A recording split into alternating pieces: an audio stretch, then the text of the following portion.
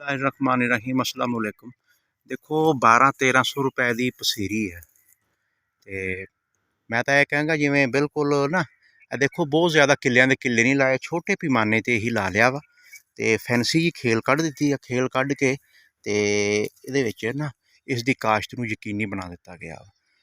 200-250 ਅੱਗੇ ਰੋਜ਼ੇ ਆ ਰਹੇ ਆ। ਦੇਖੋ ਰੋਜ਼ਿਆਂ 'ਚ ਜਾ ਕੇ ਤਾਂ ਫਿਰ ਤੁਹਾਨੂੰ ਪਤਾ ਕਿ ਹਰ ਚੀਜ਼ ਜ਼ਿਆਦਾ ਤੋਂ ਜ਼ਿਆਦਾ ਮਹਿੰਗੀ ਹੋ ਗਈ ਆ। ਭਾਵੇਂ ਪਛੇਤੇ ਹੀ ਲਾਏ ਆ, ਲਾ ਤਾਂ ਲਏ ਆ ਨਾ।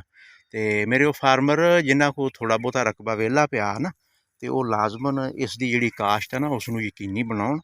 ਤੇ ਹੁਣ ਐਂਡ 'ਤੇ ਜਾ ਕੇ ਨਾ ਇਸ ਦਾ ਜਿਹੜਾ ਬੀ ਆ ਪਿਆਜ਼ ਦਾ, ਉਹ ਵੀ ਸਸਤਾ ਹੋ ਗਿਆ ਵਾ ਤੇ ਅਵੇਲੇਬਲ ਆ ਮਾਰਕੀਟ ਦੇ ਵਿੱਚ।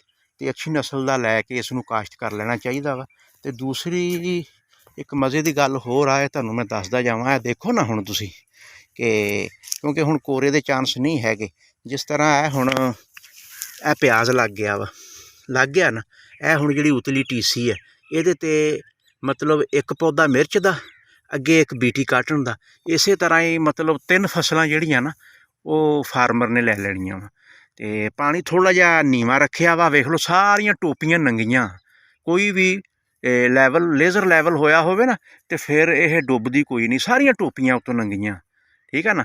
ਤੇ ਜਿਹੜੀ ਅਗਲੀ ਆਪਾਸ਼ੀ ਆਊਗੀ ਜਿਹਦੇ ਵਿੱਚ ਨਰਮਾ ਕਪਾਹ ਲਾਵਾਂਗੇ ਤੇ ਨਾਲ ਮਿਰਚ ਲਾਵਾਂਗੇ, ਦੇਸੀ ਮਿਰਚ। ਕਿਆ ਮਜ਼ਾ ਦੇਸੀ ਮਿਰਚ ਦਾ, ਹਾਂ ਵਾਹ ਬਈ ਵਾਹ। ਦੇਸੀ ਮਿਰਚ ਅਚਾਰ ਵਾਸਤੇ ਵੀ ਬਹੁਤ ਅੱਛੀ ਆ ਔਰ ਬਿਹਤਰੀਨ ਆ। ਹਾਂਡੀ ਵਾਸਤੇ ਵੀ ਉਸਦਾ ਇਸਤੇਮਾਲ ਬਹੁਤ ਹੀ ਅੱਛਾ ਵਾ। ਤੇ ਇਹ 3 ਫਸਲਾਂ ਲੈਣ 'ਚ ਕਾਮਯਾਬ ਹੋ ਜਾਣਾ ਫਾਰਮਰ ਨੇ। ਤੇ ਮੇਰੇ ਉਹ ਫਾਰਮਰ ਜਿਨ੍ਹਾਂ ਕੋਲ ਥੋੜ੍ਹਾ ਬਹੁਤਾ ਰਕਬਾ ਖਾਲੀ ਪਿਆ ਵਾ, ਉਹ ਇਸ ਦੀ ਜਲਦੀ ਨਾਲ ਕਾਸ਼ਤ ਨੂੰ ਯਕੀਨੀ ਬਣਾਉਣ।